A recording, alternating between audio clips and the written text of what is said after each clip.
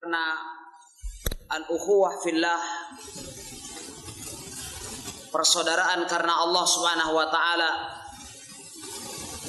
adalah merupakan sebuah kenikmatan yang sangat besar.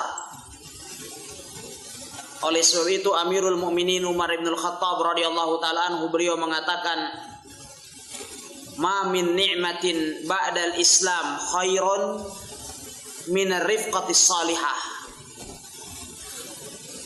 Tidak ada satu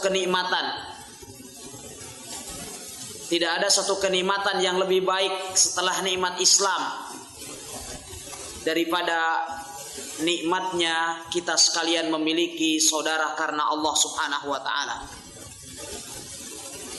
Oleh sebab itulah Al-Imam Syafi'i rahimahullah, beliau mengatakan, barang siapa yang telah diberikan saudara dan teman yang dapat menolongnya untuk melaksanakan ketaatan kepada Allah Subhanahu wa taala, maka hendaklah dia menjaganya baik-baik. Karena mencari teman adalah merupakan sesuatu yang sulit, sementara melepaskannya adalah merupakan sesuatu yang sangat mudah. Oleh sebab itu juga Al-Hasanul Basri rahimahullahu taala, beliau mengatakan, "Ikhwanuna khairun min ahlina wa auladina." Saudara-saudara kami seiman itu lebih baik daripada keluarga kami dan anak-anak kami. Karena keluarga dan anak-anak kami mengingatkan kami kepada dunia, sedangkan ikhwan dan saudara-saudara seiman mengingatkan kita sekalian pada kehidupan akhirat. Oleh sebab itu kita bersyukur kepada Allah Subhanahu wa taala atas nikmat hidayah dan nikmat ukhuwah fillah, nikmat bersaudara karena Allah Subhanahu wa taala, sehingga tidak ada yang mempersatukan kita di tempat ini selain iman dan Islam. Kita tidak berkumpul di tempat ini karena kepentingan dunia. Kita tidak berkumpul di tempat ini karena kesamaan suku dan bahasa. Tetapi yang mengumpulkan kita di sini hanyalah iman kita kepada Allah Subhanahu wa taala.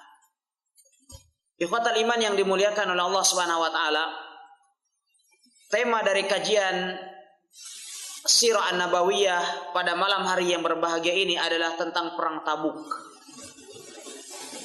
Di mana di dalam pertemuan yang lalu kita telah membahas Ghazwatul Taif, dan sebelumnya kita membahas tentang perang Hunain dan Fathu Makkah.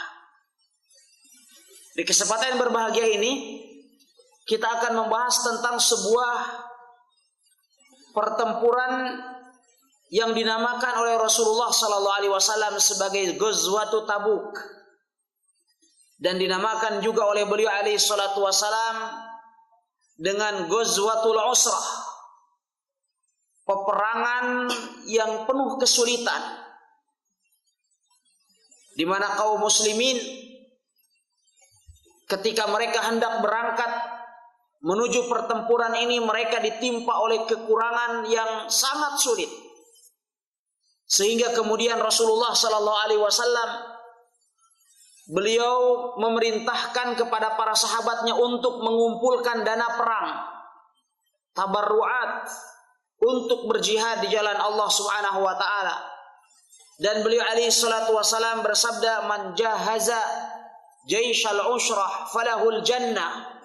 Barang siapa yang menyiapkan pasukan yang dalam keadaan kesulitan, maka baginya surga. Ikhwatal iman yang dimuliakan oleh Allah Subhanahu wa taala, di dalam Sahih Muslim diriwayatkan dari Muadz bin Jabal radhiyallahu taala anhu bahwasannya Rasulullah sallallahu alaihi wasallam beliau bersabda kepada para sahabat, Satatuna ghadan insyaallah aina Tabuk. Besok insyaallah kalian akan mendatangi mata air Tabuk. Wa innakum lan ta'tuha hatta yadhan nahar. Dan sesungguhnya kalian tidak akan datang kepadanya kecuali setelah memasuki waktu duha. Faman jaaha minkum, maka barang siapa di antara kalian yang telah mendatanginya, fala yamussa min ma'iha syai'an hatta ati, maka janganlah dia menyentuh sesuatu dari airnya sehingga aku datang. Inilah awal penamaan Tabuk dengan Tabuk. Jadi yang menamakan Tabuk adalah Nabi alaihi salatu wasalam, dan menamakan mata air atau sumber air yang ada di sana dengan Ainu Tabuk. Oleh sebab itu, Dr. Mahdi Rizqullah dalam kitab As-Sirah An-Nabawiyah fi Dhail Masadir Al-Asliyah, beliau menyebutkan bahwasannya saya belum mendapatkan adanya seorang yang menamakannya dengan Ainu Tabuk selain dari Nabi alaihi salatu wasallam. Demikian juga perang Tabuk ini dinamakan dengan Jaisul Ushrah. Sebagaimana di dalam riwayat Imam Bukhari rahimahullah, beliau menyebutkan dengan sanadnya kepada Abu Musa Al-Asy'ari radhiyallahu taala anhu, bahwasannya beliau radhiyallahu taala anhu berkata, arsalani ashabi ila Rasulillah sallallahu alaihi wasallam as'aluhu al-hamlana lahum idhum ma'hum fi jaisil usra wa hiya ghazwatu Tabuk. Beliau katakan, aku telah diutus oleh sahabat-sahabatku kepada Rasulullah sallallahu alaihi wasallam untuk bertanya kepada Rasulullah sallallahu alaihi wasallam tatkala mereka memiliki bawaan yang mereka bawa dalam Jaisul Usrah, dalam tentara yang sedang menghadapi kesulitan, yaitu Ghazwatu Tabuk. Demikian juga di dalam riwayat yang lain bahwa Rasulullah sallallahu alaihi wasallam, sebagaimana saya sebutkan di awal pertemuan tadi, bahwasanya Rasulullah SAW menamakannya dengan Jaisul Usrah, dan ini juga yang disebutkan oleh Allah Azza wa Jal di dalam surat At-Taubah ayat 117. Allah Subhanahu wa taala menggambarkan kepada kita sekalian tentang kondisi ekonomi para sahabat radhiyallahu taala anhum tatkala mereka hendak berangkat menuju perang Tabuk. Beliau alaihi salatu Allah Subhanahu wa taala berfirman, laqad taballahu 'anin nabiyyi wal muhajirin wal ansar alladziina ittaba'uuhu fi sa'atil usrah. Allah Subhanahu wa taala berfirman, sungguh Allah Subhanahu wa taala telah menerima taubat Nabi dan kaum muhajirin serta kaum ansar yang telah mengikuti Nabi alaihi salatu wasalam dalam masa kesulitan, fi sa'atil usrah, min ba'di ma kada yazigu qulubu fariqim minhum, setelah hati segolongan dari mereka hampir berpaling, summa taba alaihim, kemudian Allah Subhanahu wa taala menerima taubat mereka, innahu bihim raufur rahim, sesungguhnya Allah Subhanahu wa taala kepada mereka Maha Pengasih lagi Maha Penyayang. Ikhwatal iman yang dimuliakan Allah Subhanahu wa taala, kapan peristiwa ini terjadi? Peristiwa ini terjadi pada bulan Rajab tahun 9 Hijriah, sekitar 6 bulan setelah perang Taif, setelah Rasulullah sallallahu alaihi wasallam pulang dari pengepungan kota Taif. Adapun yang menjadi faktor penyebab terjadinya pertempuran ini adalah karena Heraklius atau Herakl, dia telah mengumpulkan pasukan yang sangat besar untuk memerangi Rasulullah sallallahu alaihi wasallam, dan bukan hanya dari kalangan bangsa Romawi. Heraklius juga mengumpulkan beberapa kabilah bangsa Arab yang memberikan loyalitasnya kepada kerajaannya, sehingga Nabi alaihi salatu wasallam mengetahui hal itu, dan kemudian Rasulullah sallallahu alaihi wasallam menyiapkan pasukan untuk menghadapi mereka. Di dalam riwayat yang lain disebutkan bahwasannya faktor penyebab terjadinya perang Tabuk ini juga adalah karena Rasulullah Shallallahu Alaihi Wasallam ingin melakukan balas dendam atas kematian Ja'far bin Abi Thalib radhiyallahu taalaan yang telah wafat pada waktu perang Mu'tah. Dan kedua riwayat bisa kita gabungkan bahwa kedua sebab itu memang terjadi. Dan diriwayatkan oleh Ibnu Asakir juga ada sebab yang ketiga yang menjadikan Rasulullah SAW menyiapkan pasukan menuju negeri Syam, di mana ada sekelompok orang Yahudi datang kepada Nabi SAW. Kemudian mereka mengatakan kepada Nabi SAW, "In kunta sadiqan bi annaka nabi, falhaq bisyam, fa innaha ardul mahsyar wal anbiya." Wahai Muhammad, jikalau engkau itu adalah benar-benar seorang nabi yang hak, maka pergilah engkau ke negeri Syam, karena negeri Syam itu adalah bumi tempat di mana manusia akan dikumpulkan, dan di sana adalah negerinya para nabi. Maksud daripada orang-orang Yahudi adalah untuk memprovokasi Rasul sallallahu alaihi wasallam agar beliau alaihi salatu wasallam pergi ke negeri Syam dan kemudian bertempur dengan orang-orang Nasrani. Ya. Sehingga kemudian Rasulullah sallallahu alaihi wasallam ketika beliau sampai ke Tabuk, turun firman Allah Subhanahu wa taala yang Allah Subhanahu wa taala sebutkan di dalam surat Al-Isra ayat yang ke-76. Di dalam surat Al-Isra ayat yang ke-76 Allah Subhanahu wa taala berfirman, "Wa in kadu la yastafizunaka minal ardi liyukhrijuka minha." Allah Subhanahu wa taala berfirman, dan sesungguhnya benar-benar mereka hampir membuatmu gelisah di negeri Makkah untuk mengusirmu daripadanya. Dan kalau terjadi demikian, idzal la yalbasuna khilafaka illa qalila. Di dalam yang riwayat yang lain disebutkan bahwa la yastafizunaka minal ardi liyukhrijuka minha, maksudnya adalah Madinah. Jadi sebab yang ketiga menurut riwayat Ibnu Asakir adalah karena adanya provokasi dari orang-orang Yahudi Madinah agar Rasulullah bertempur dengan orang Nasrani. Semoga saja Rasulullah bisa dikalahkan dengan para sahabat. Berikutnya kemudian eksistensi orang-orang Yahudi yang berada di Madinah, ya, atau sisa-sisa Yahudi yang ada di sekitar Madinah juga bisa eksis kembali.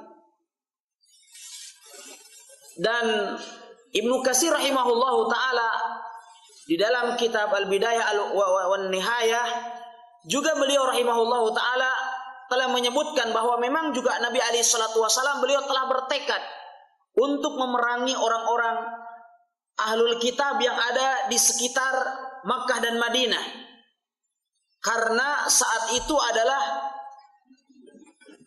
merupakan ancaman terdekat yang mengancam eksistensi daulah Islamiyah yang berada di Madinah.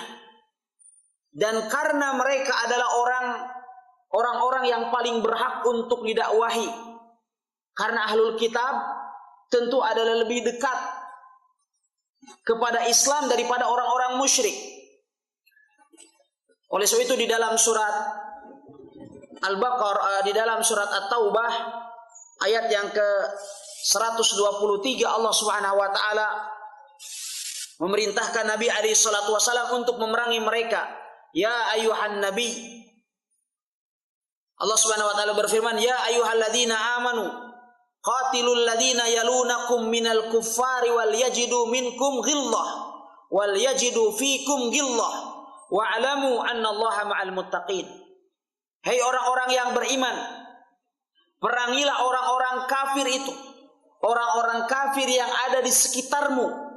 Wal yajidu fikum ghillah, dan hendaklah mereka mendapat mendapatkan pada diri kalian ghildah, kekerasan, kekuatan. Wa'lamu annallaha ma'al muttaqin, dan ketahuilah sesungguhnya Allah Subhanahu wa taala bersama dengan orang-orang yang bertakwa. Ya, dan tentu apa yang dikatakan oleh Ibnu Katsir ini adalah lebih dekat, dalam artian kata bahwa faktor penyebab utama terjadinya perang Tabuk adalah karena adanya perintah dari Allah Azza wa Jalla kepada Nabi alaihi salatu wasallam untuk memerangi orang-orang kafir yang saat itu berdomisili di sekitar Makkah dan Madinah.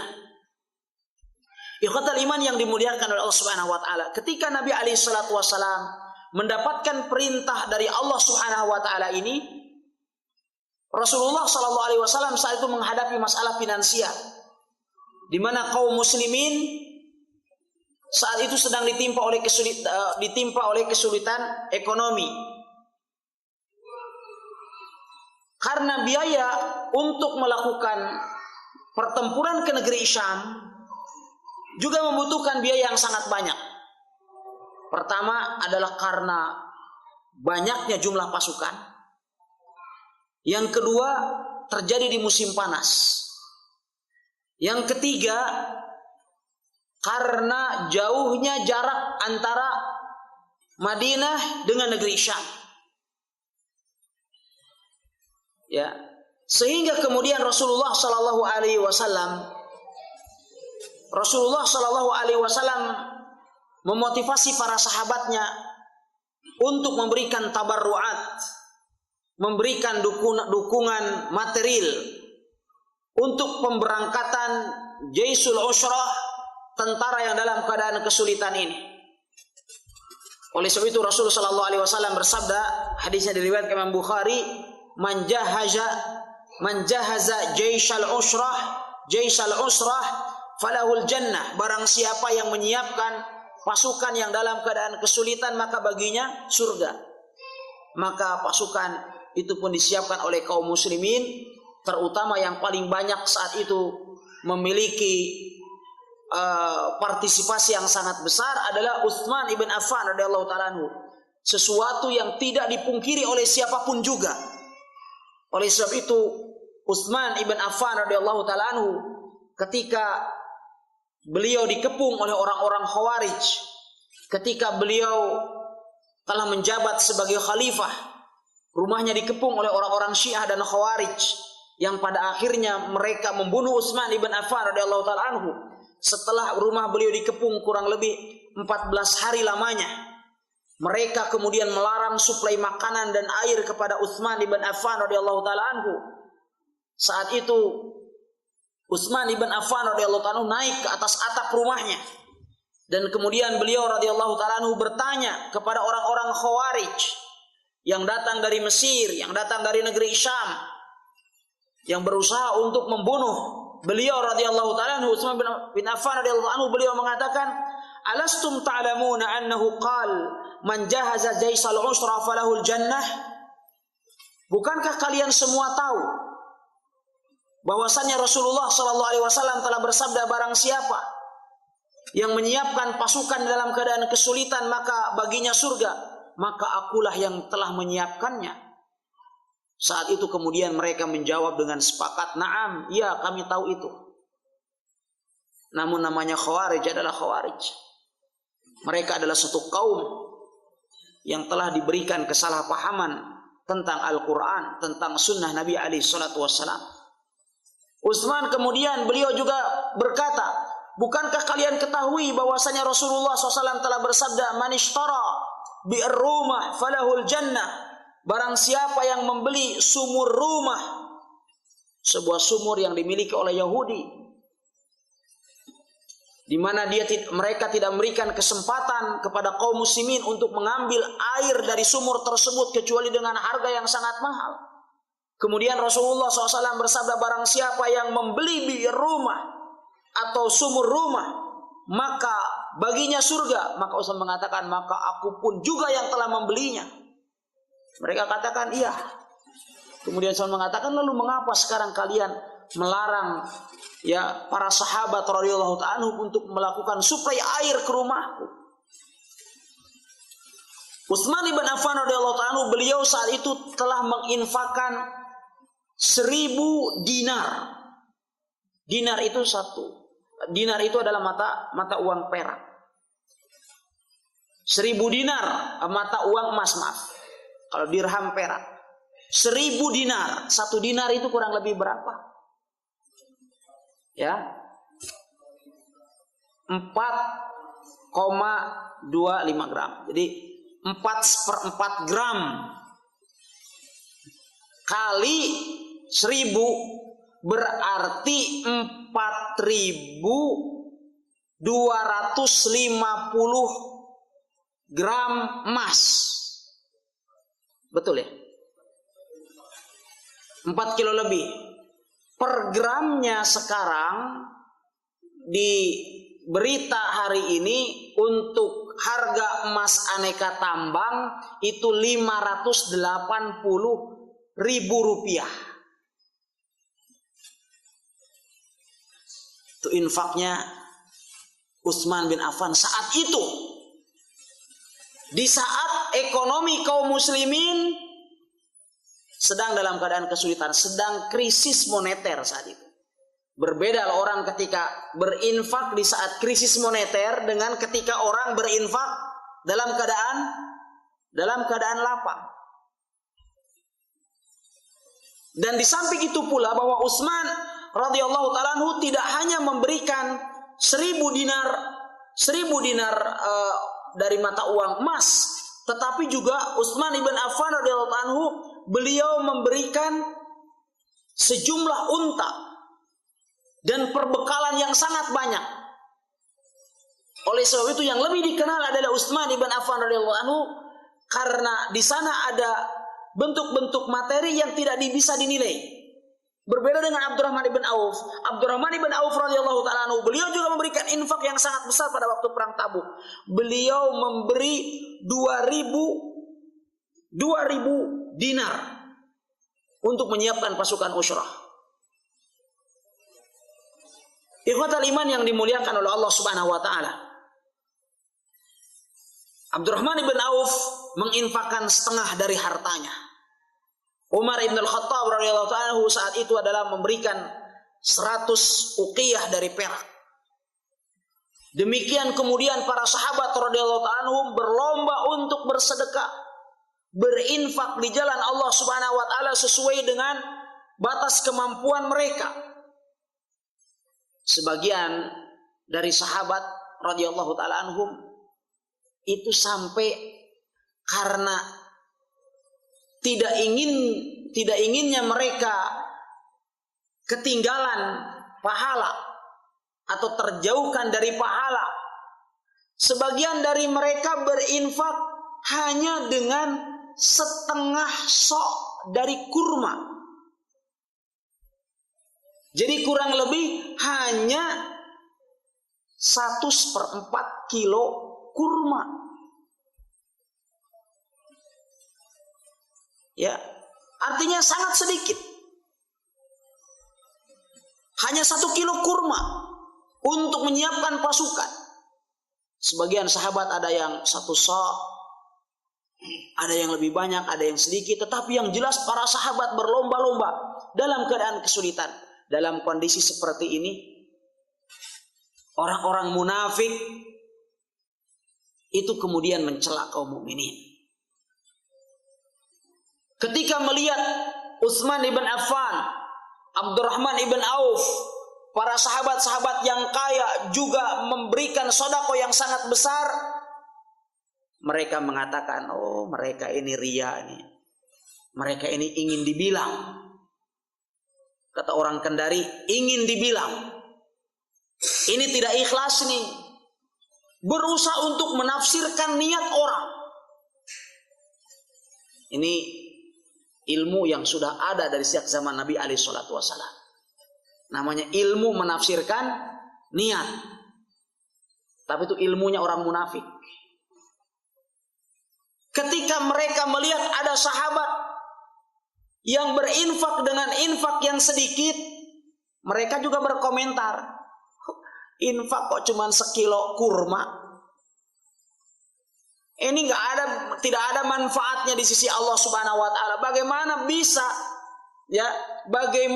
bisa dengan sekilo kurma ini bisa mengantarkan pasukan ke negeri Syam? Jadi orang yang banyak berinfak dikomentari, sedikit infak juga dikomentari. Oleh sebab itu kemudian turunlah firman Allah Subhanahu wa taala di dalam surat At-Taubah, dalam surat At-Taubah ayat yang ke-79. Allah Subhanahu wa taala berfirman tentang komentar-komentar orang-orang munafik ini. Alladzina yalmizuna al-mutawwi'ina minal mu'minina fis shadaqat. Orang-orang munafik itu adalah orang-orang yang mencela orang-orang mukmin yang memberi sedekah dengan sukarela. Walladzina la yajiduna illa juhdahum. Dan mereka mencela orang-orang yang memperoleh untuk disedekahkan selain sekedar kesanggupannya. Mencela orang-orang yang bersedekah hanya ala kadarnya. Semua tidak ada yang selamat dari orang-orang munafik ini. Dari komentar-komentar orang munafik. Fayaskharuna minhum. Maka orang-orang munafik itu mencela dan menghina mereka. Sakhirallahu minhum. Maka Allah kemudian berfirman, maka Allah akan membalas penghinaan mereka di akhirat kelak. Walahum adzabun alim. Dan bagi mereka adab yang sangat pedih. Ikhwatal iman yang dimuliakan oleh Allah Subhanahu wa taala. Bahkan di sana ada seorang sahabat, sama sekali dia tidak mendapatkan apapun yang bisa dia sedekahkan. Sedih rasanya ketika orang berlomba bersedekah, dia tidak punya apa-apa. Ya, sehingga kemudian di waktu malam dia salat, berdoa kepada Allah Azza wa Jal dengan mengatakan, Allahumma innahu laisa indi ma atasaddaqu bih. Ya Allah, sesungguhnya aku tidak memiliki suatu apapun yang bisa aku sedekahkan. Allahumma inni atasaddaqu bi'irdi ala man nalahu min khalqik. Karena aku tidak punya apa-apa ya Allah, sudahlah aku sedekahkan saja kehormatanku bagi setiap orang yang mau mencelaku. Bersedekah dengan kehormatannya. Sudahlah, saya bersedekah, kalau ada orang yang berkomentar mungkin saya dibilangin maseke, kikir, pelit, sudah saya ikhlaskan karena memang saya tidak punya. Saat itu kemudian Allah Subhanahu wa taala memberikan wahyu kepada Rasulullah sallallahu alaihi wasallam, memberitahukan tentang adanya sahabat yang bersedekah dengan harga dirinya. Sehingga kemudian Rasulullah SAW memerintahkan salah seorang sahabat untuk bertanya kepada para sahabat yang lainnya, Ainal mutasaddiq bi'irdihil barihah. Siapa di antara kalian yang semalam telah bersedekah dengan kehormatannya? Saat itu kemudian Ulbah ibn Zaid ibn Harisah. Ulbah ini adalah saudara dari siapa? Usama bin Zaid, bukan Usama bin Laden. Ya, saudara dari Usama ibn Zaid ibn Harisah. Berdirilah saat itu Ulbah ibn Zaid ibn Harisah. Kemudian Rasulullah sallallahu alaihi wasallam beliau bersabda, "Qad qubilat shadaqatuk." Sungguh sedekahmu telah diterima oleh Allah Subhanahu wa taala. Itulah ikhwan, yakni minimal tatkala kita tidak bisa berbuat sesuatu, minimal kita memiliki niat. Ketika kemudian kita ada sebuah amal soleh yang diserukan kepada kita, seoptimal mungkin kita bisa terlibat di dalamnya, memberikan dukungan, sumbangsi, partisipasi. Kalaupun tidak bisa dan kita tidak mampu, maka minimal dengan niat kita. Ikhwatal iman yang dimuliakan oleh Allah Subhanahu wa taala, demikian juga disebutkan bahwasannya Ulbah ibn Zaid adalah salah seorang dari sahabat Rasulullah SAW, dari 7 orang sahabat yang dikenal oleh para ulama dengan sebutan Al-Bakkain, yaitu orang-orang yang menangis. Orang-orang yang menangis. Ada 7 orang sahabat yang dijuluki dengan Al-Bakkain atau Al-Bukain, orang yang menangis. Mereka menangis tatkala mau pergi ke perang Tabuk, mau berangkat ke perang Tabuk. Mereka tidak bisa berangkat karena tidak punya ongkos, karena tidak ada kendaraan. Tidak ada kendaraan yang bisa mengantarkan mereka ke Tabuk. Akhirnya kemudian mereka menangis ketika datang kepada Rasulullah sallallahu alaihi wasallam. Ketika mereka datang kepada Rasulullah sallallahu alaihi wasallam, ya, untuk meminta tunggangan kendaraan atau kendaraan tunggangan yang bisa mengantarkan mereka pergi menuju perang Tabuk. Saat itu kemudian sebagaimana difirmankan oleh Allah Subhanahu wa taala dalam surat At-Taubah. Surat Taubah ini banyak mengisahkan tentang perang Tabuk. Allah Subhanahu wa taala berfirman, "Wala 'alal ladzina idza ma atauka litahmilahum qulta la ajidu ma ahmilukum 'alaih." Dan tidak ada juga dosa bagi orang-orang yang tatkala mereka datang kepadamu meminta, ini semangat mau ikut berperang bukan karena malas. Mereka ingin ikut berjuang, tetapi masalahnya tidak punya fulus, tidak punya kendaraan. Sehingga kemudian mereka meminta kepada Rasulullah sallallahu alaihi wasallam untuk mengangkut mereka. Kemudian Rasulullah sallallahu alaihi wasallam saat itu beliau mengatakan, "La ajidu ma ahmilukum alaih." Aku tidak memiliki juga kendaraan yang cukup untuk mengangkatmu ke medan perang. Maka apa Allah firmankan? Tawallau wa a'yunuhum tafidu minad dam'i hazanan alla yajidu ma yunfiqun. Maka kemudian mereka pulang, berpaling meninggalkan Nabi alaihi salatu wasalam. Wa a'yunuhum tafidu minad dam', sementara mata mereka bercucur air mata. Mereka berlinang air mata. Kenapa? Karena sedih tidak bisa berangkat untuk berjihad di jalan Allah Subhanahu wa taala.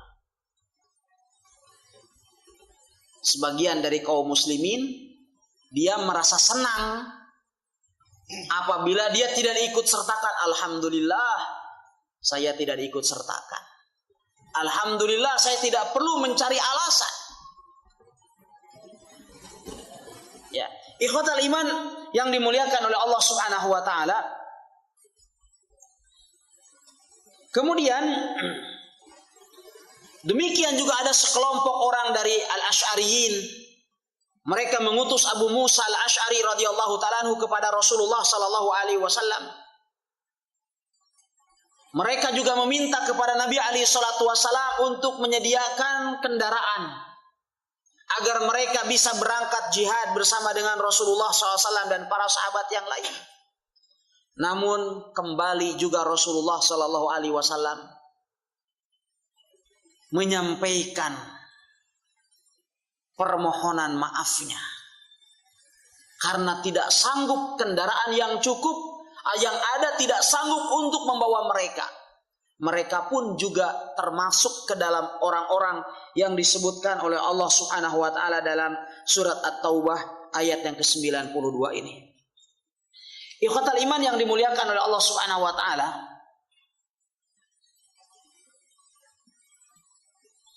ini semua menunjukkan akan ketulusan para sahabat radhiyallahu taala anhum di dalam berjihad di zaman Rasulullah sallallahu alaihi wasallam. Mereka berlomba untuk berjuang, memberikan jiwa raga mereka demi memperjuangkan agama Allah Subhanahu wa taala. Berbeda dengan orang-orang munafik. Orang-orang munafik itu banyak sekali alasan apabila diseru untuk beramal soleh, untuk berdakwah, apalagi berjihad di jalan Allah Subhanahu wa taala.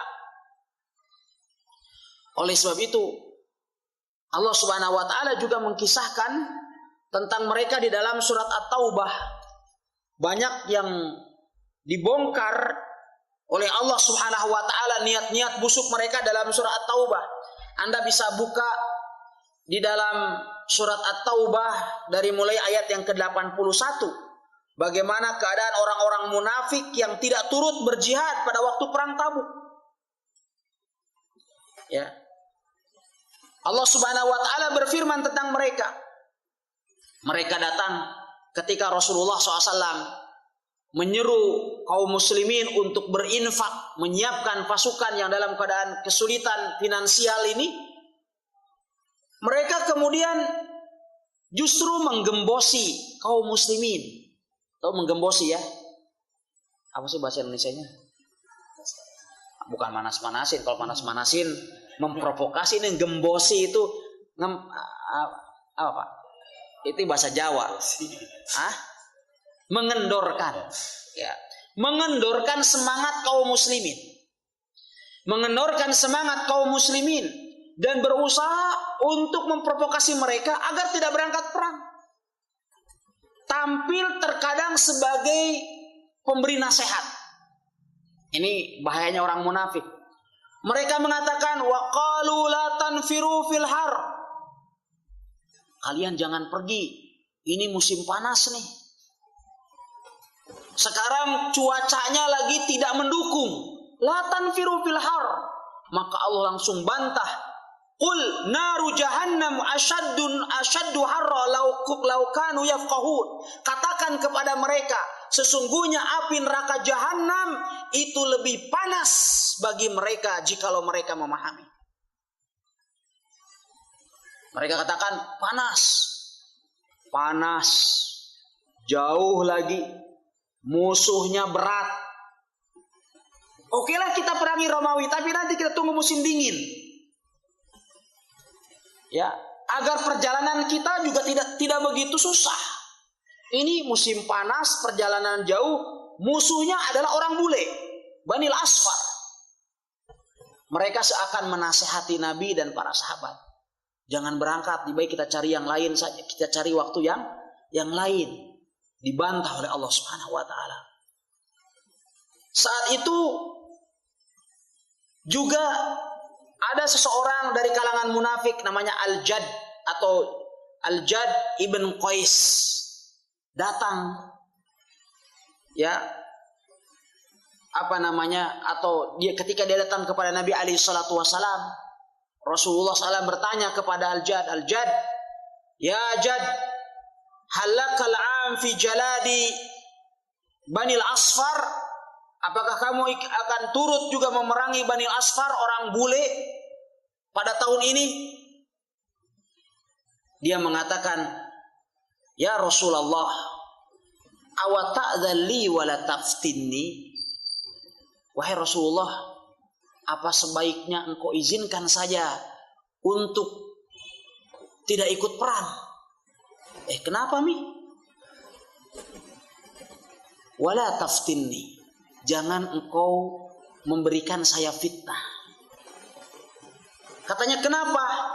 Fawallahi laqad arafa qaumi annahu ma min rajulin bi asyaddi ajaban bin nisa'u minni.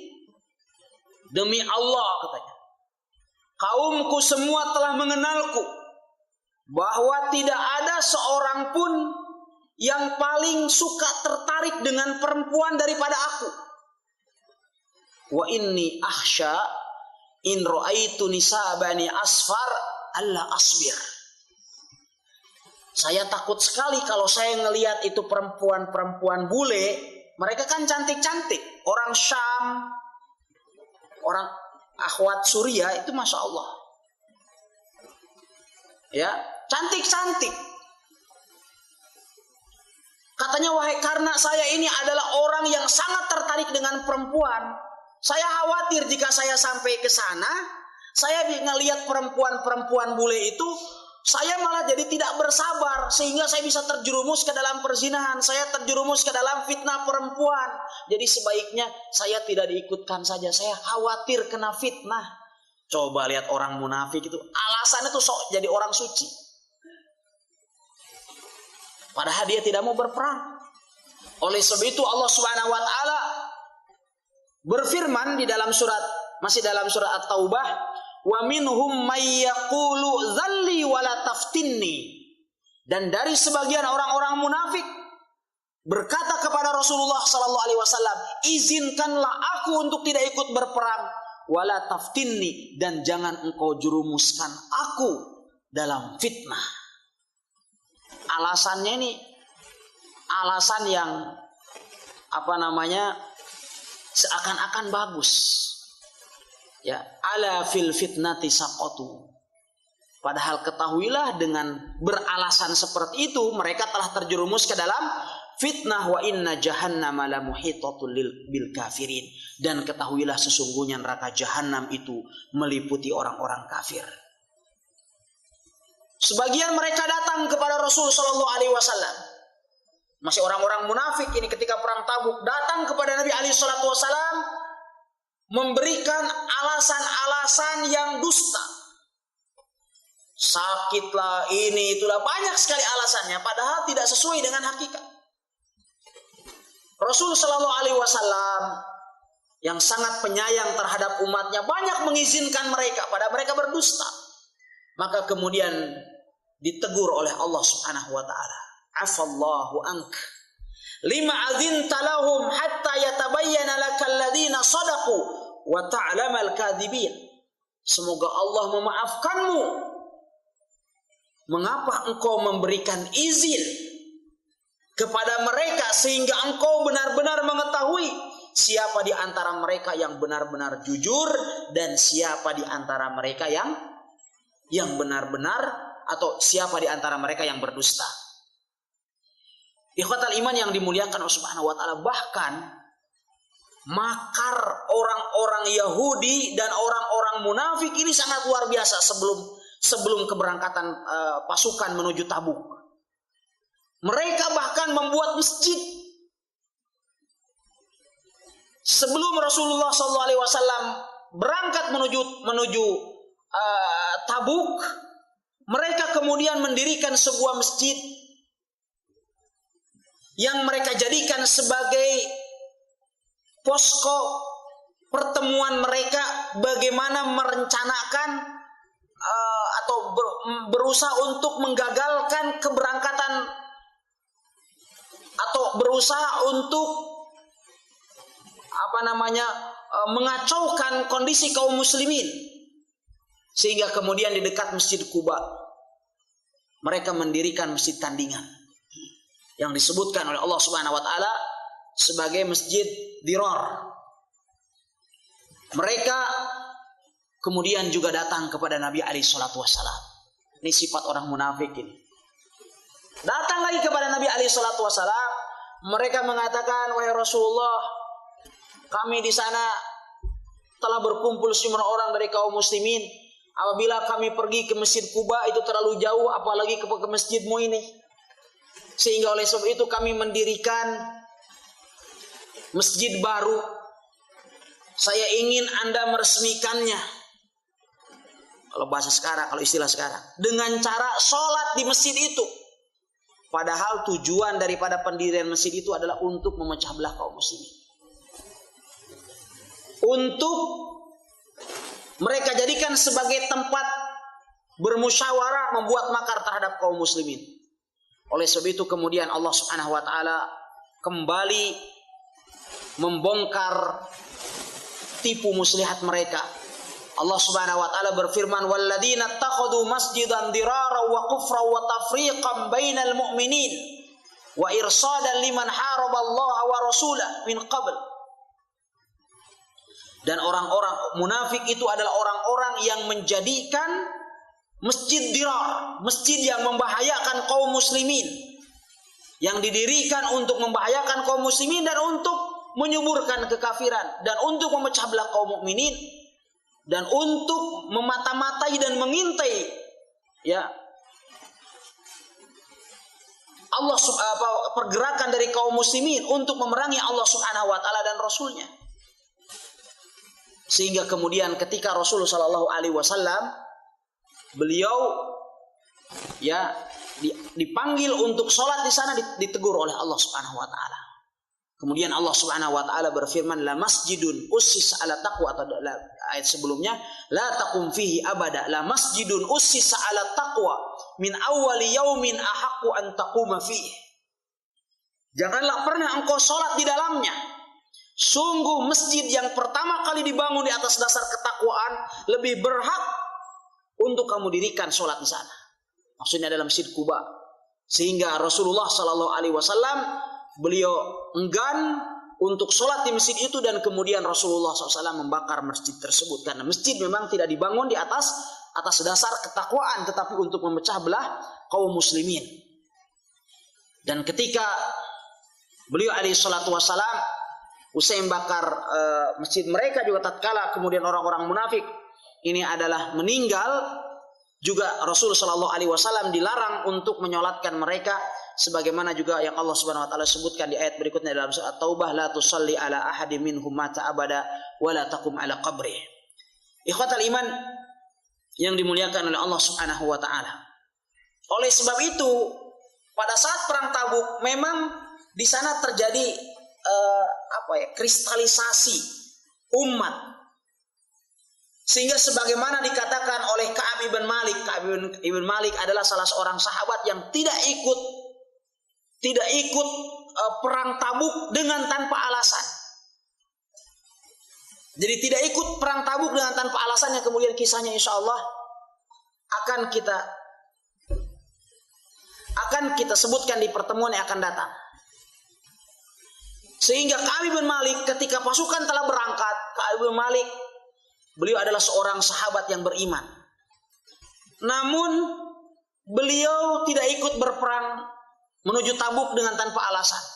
Beliau mengatakan, fakuntu idza kharajtu fin nas ahzanani inni la ara illa rajulan magmusan binifaqin aw rajulan mimman adhara Allahu minadh du'afa. Yang membuat saya sedih saat itu adalah ketika saya keluar rumah pada peristiwa perang Tabuk. Beliau di Madinah, tinggal di Madinah. Ketika keluar dari rumah, saya tidak melihat di kota Madinah kecuali orang yang memang telah diketahui kemunafikannya, atau orang-orang yang telah dimaafkan oleh Allah Azza wa Jalla untuk tidak boleh atau tidak bisa pergi berjihad bersama dengan Rasulullah sallallahu alaihi wasallam. Ikhwatal iman yang dimuliakan oleh Allah Subhanahu wa taala. Allah Subhanahu wa taala telah memerintahkan kaum mukminin untuk berangkat menuju Tabuk. Walaupun memang saat itu adalah seruan yang sangat berat untuk dilaksanakan oleh kaum mukminin karena sedang musim panas, perjalanan jauh, musuhnya kuat, dan ditambah lagi saat itu adalah musim panen tiba. Jadi berbeda dengan di kita ya. Kalau di kita itu kalau pas musim panas biasanya kan gersang. Kalau di Timur Tengah kalau pas musim panas itu justru waktu panen. Oleh sebab itu pada waktu musim panas antum dapatkan buah-buahan di sana sangat murah. Apa saja.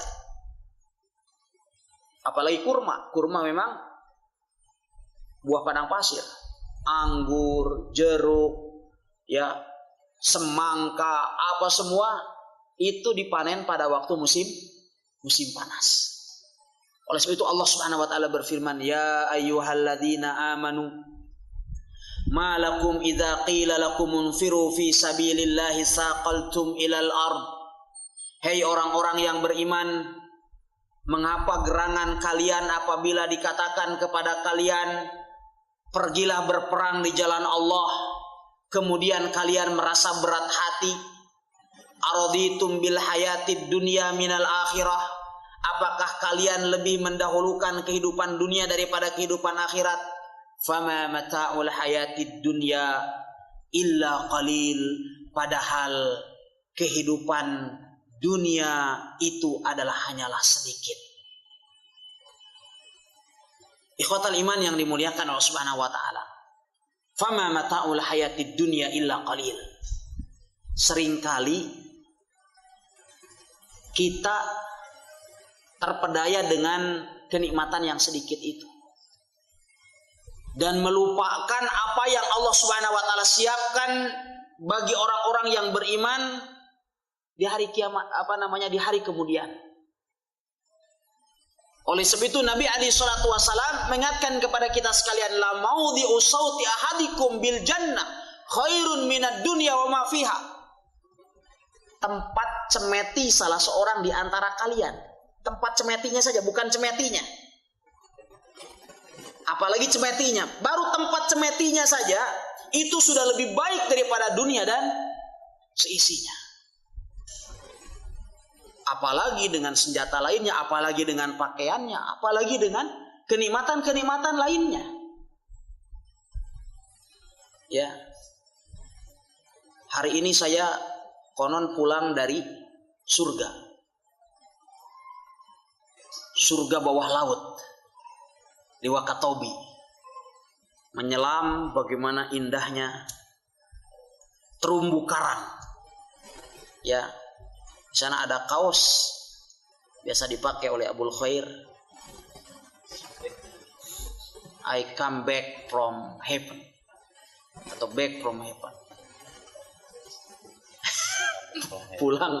pulang dari surga. Ya. Ikhwatal iman yang dimuliakan Allah Subhanahu wa taala, kenikmatan itu semua adalah kenikmatan yang sangat sedikit. Namun seringkali kenikmatan ini adalah menjadi penghalang bagi kita sekalian untuk beramal bagi sesuatu yang lebih besar. Oleh sebab itu dunia, kenapa dinamakan dunia? Dunia, kenapa dikatakan dunia? Karena dunia itu diambilkan dari kata-kata dunu, yang artinya dekat, instan. Kita bekerja di dunia, langsung kita mendapatkan bayaran. Paling lambat di akhir bulan. Tapi dekat, balasannya dekat. Oleh sebab itu dia dinamakan dengan dunia. Kemudian juga alasan yang kedua, dunia kenapa dinamakan dunia? Karena dia diambilkan dari kata-kata dani. Dani artinya rendah. Dia adalah sesuatu yang rendah manakala dibandingkan dengan kehidupan akhirat. Oleh sebab itu dia dinamakan dengan dunia. Oleh sebab itu beliau alaihi salatu wasallam bersabda, la maudhi'u sauti ahadikum bil jannati khairun minad dunya wa fiha. Ikhwatal iman yang dimuliakan oleh Allah Subhanahu wa taala. Biidznillah taala nampaknya perang Tabuk ini akan menghabiskan beberapa waktu pertemuan bagi kita sekalian. Kisahnya sangat panjang dan banyak sekali hukum, fawaid, kesimpulan, ibrah dan pelajaran dapat kita ambil darinya.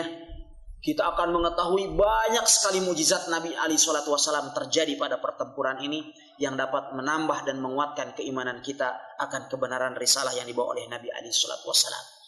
Demikianlah ikhwatal iman yang dimuliakan Subhanahu wa taala kajian kita pada malam ini. Bismillah taala akan kita lanjutkan di kesempatan yang akan datang. Wallahu taala a'lam. Sallallahu wasallam ala nabiyina Muhammad. Assalamualaikum hadirin dan pendengar yang dirahmati Allah Subhanahu wa taala. Kita di kesempatan ini selanjutnya kami persilakan sekiranya dari hadirin ada yang ingin ditanyakan. Silakan.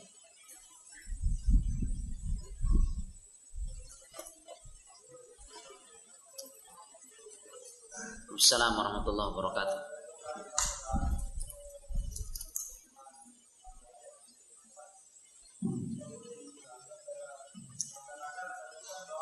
Diulangi kembali Pak.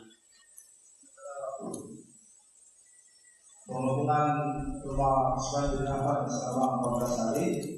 Dan kalau kita baca jelas seakan-akan ada pembiaran dari kaum muslimin juga tidak ada pembelaan dari kaum muslimin terhadap Utsman bin Affan karena sebab pengumuman ini. Maka sebelum kami perlu dijelaskan kenapa terjadi pengumuman ini tidak ada pembelaan dari kaum muslimin. Assalamualaikum. Alhamdulillah wassalatu wassalam ala Rasulillah wa ala alihi wa sahbihi wa mawala. Amma ba'd, yang pertama bahwa Madinah adalah merupakan negeri yang telah diharamkan oleh Allah Subhanahu wa taala. Sebagaimana Allah Subhanahu wa taala telah mengharamkan Makkah al-Mukarramah syarrafahallah. Sebagaimana kita tidak diizinkan untuk berperang di Mekah, juga tidak diizinkan untuk berperang di Madinah. Ini yang pertama. Alasan yang kedua, karena para sahabat radhiyallahu ta'ala sebenarnya adalah telah siap. Pemuda-pemuda sahabat dari kalangan Muhajirin dan Ansor berulang kali menyatakan kesediaan mereka untuk mengusir orang-orang Khawarij dan memerangi orang-orang Khawarij bila perlu yang telah mengepung Utsman bin Affan.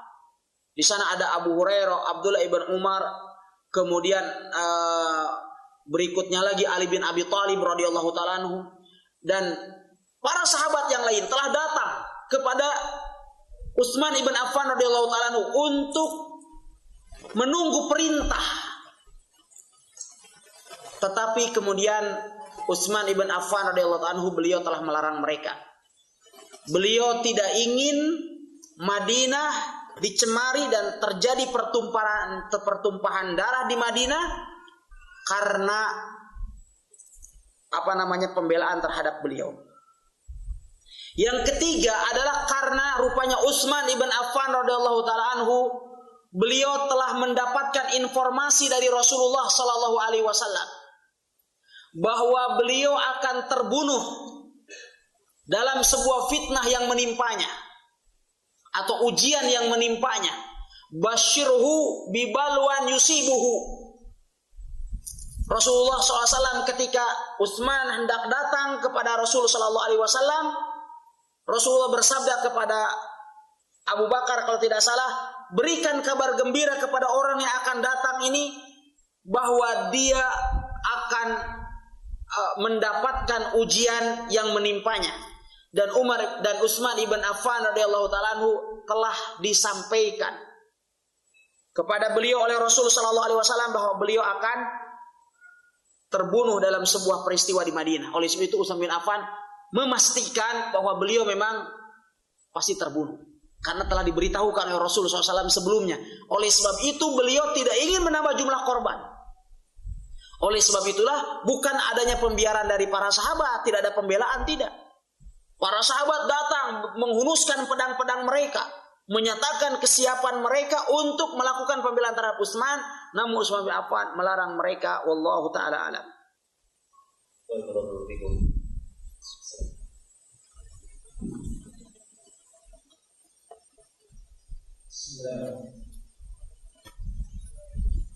Waalaikumsalam warahmatullahi wabarakatuh.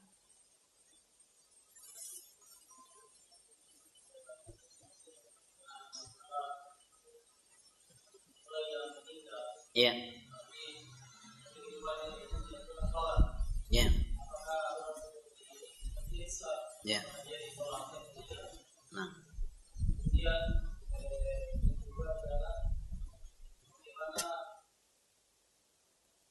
Posisi ini dalam keadaan yang sakit, tapi dia tidak bisa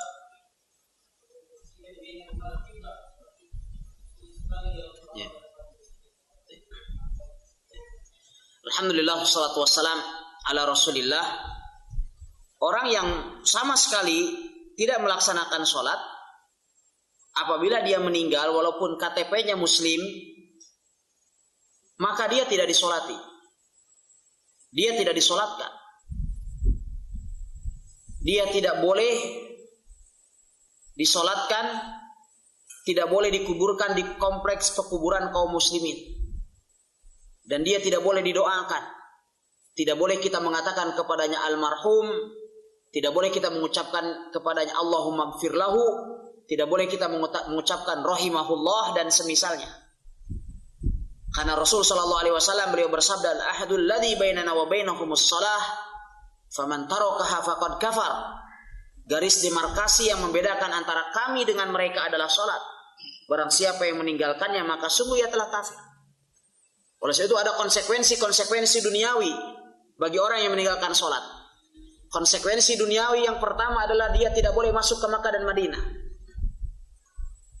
Konsekuensi yang kedua, dia tidak boleh dinikahkan dengan muslim dengan muslimah, atau kalau dia adalah muslimah tidak boleh dinikahi oleh laki-laki muslim. Kemudian berikutnya juga apabila dia telah menikah maka pernikahannya harus di-cancel. Dengan muslimah maksud saya, atau dengan muslim.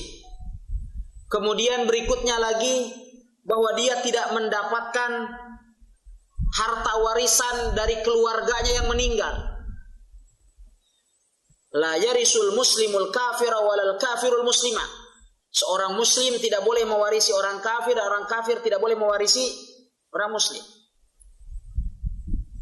Kemudian konsekuensi duniawinya lain, semua madhab sepakat dia dibunuh setelah diberikan waktu taubat 3 hari. Hanya saja perbedaan pendapat para ulama rahimahumullah, bagi mereka yang meninggalkan sholat ini dibunuh dalam keadaan murtad atau dibunuh dalam keadaan muslim. Dalam artian kata dibunuhnya itu adalah karena riddah atau karena had. Sebagaimana misalnya orang yang membunuh kan dibunuh, tapi setelah dia dibunuh di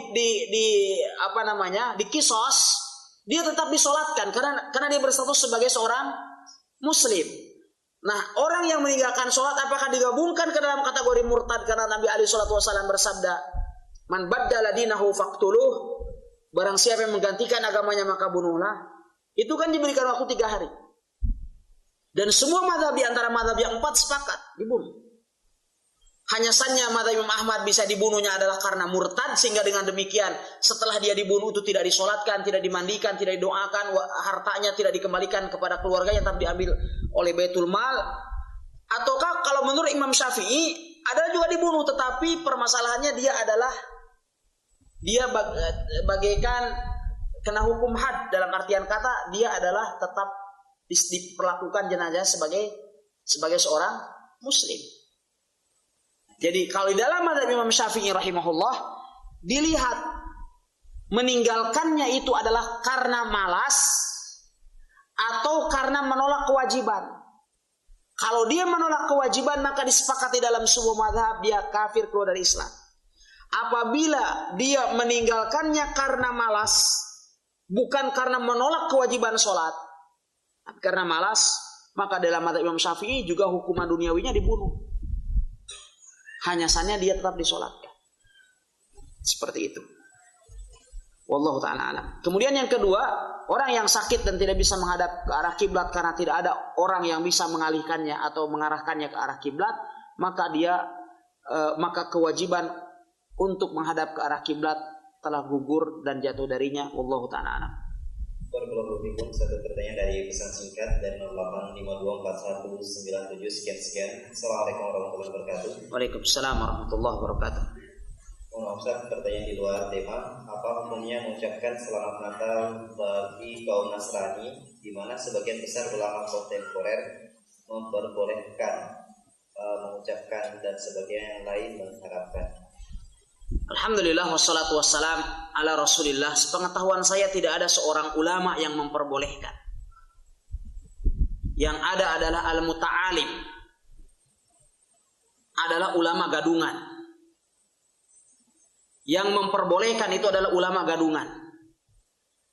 Adapun ulama yang sesungguhnya maka tidak pernah ada yang memperbolehkan hal itu. Bahkan Majelis Ulama Indonesia dengan sangat tegas telah mengharamkan hal itu dalam fatwa mereka dari sejak tahun 80-an yang lalu. Telah mengeluarkan fatwa akan haramnya mengucapkan selamat hari raya kepada pengikut agama lain. Ibnul Qayyim rahimahullahu ta'ala beliau mengatakan ketika seorang muslim mengucapkan selamat kepada penganut agama lain dalam rangka memperingati hari raya mereka sama dengan dia mengatakan selamat, Anda telah menyekutukan Allah. Selamat, Anda telah mengatakan bahwa Allah mempunyai anak. Dan ini semua adalah tentu haram dan dapat mengikis bahkan menghilangkan, menghapus keislaman seseorang. Oleh sebab itu haram hukumnya mengucapkan ucapan selamat hari raya kepada penganut agama lain, karena ini adalah bertentangan dengan akidah inna dina indallahil Islam. Sesungguhnya agama yang diridhoi oleh Allah hanyalah Islam. Wallahu taala a'lam. Hadirin dan pendengar yang dirahmati Allah Subhanahu wa taala, demikian kajian kita di kesempatan ini, dan insyaallah kita akan kembali mengikuti kajian ini di pertemuan berikutnya di hari dan jam yang sama. Dan kita cukupkan subhanallah